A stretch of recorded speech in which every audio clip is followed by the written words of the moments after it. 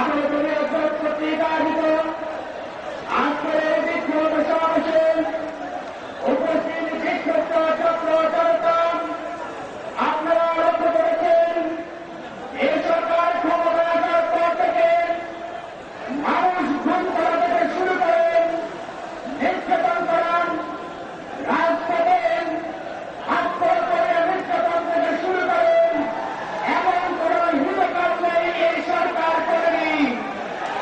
তার অংশ হিসেবে ইসলামী ছাত্র শিবিরের কেন্দ্রীয় সভাপতি এদেশের মুখ্যমন্ত্রী ছাত্র সমাজের প্রিয় সভাপতিকে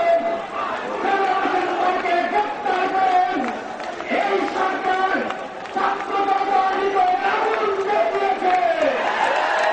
আমরা হুঁশিয়ার করে বলতে চাই ইসলামী ছাত্র শিবিরের কেন্দ্রীয় সভাপতি গ্রেপ্তার করেন চতুর্থ দফায় প্রত্যেকের জীবন দিলেন নবীন সরকার সৃষ্টি করেছে।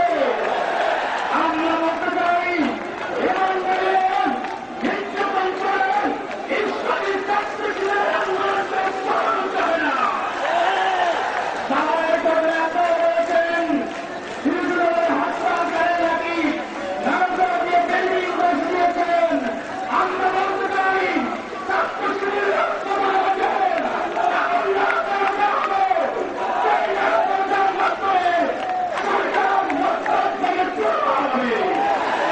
আমরা হুঁশিয়ার করে বলতে চাই ইসলামী ছাত্র শিবিরের কেন্দ্রীয় সভাপতি মুসলিম বিমানের ঘর বন্ধ করুন। যদি মুক্তি দেওয়া না হয় সারা দেশে ছাত্র বিদ্রোহ শুরু হবে। এই ছাত্র বিদ্রোহের হাতে বাস্তবে শিবিরের কেন্দ্রীয় সভাপতিকে মুক্তি দিতে হবে। অবিলম্বে যদি মুক্তি দেওয়া হয় তারা মহল্লায় ক্যাম্পাসে গণপ্রতিরোধের মাধ্যমে ছাত্রীকে বাংলাদেশ থেকে বিতাড়িত করে বঙ্গোপসাগরে নিক্ষেপ করা হবে।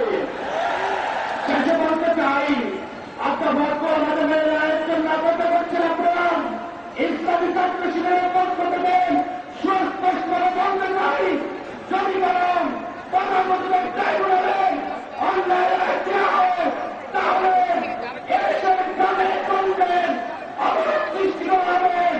যাই হবে সারা বাংলাদেশ অচল হয়ে যাবে।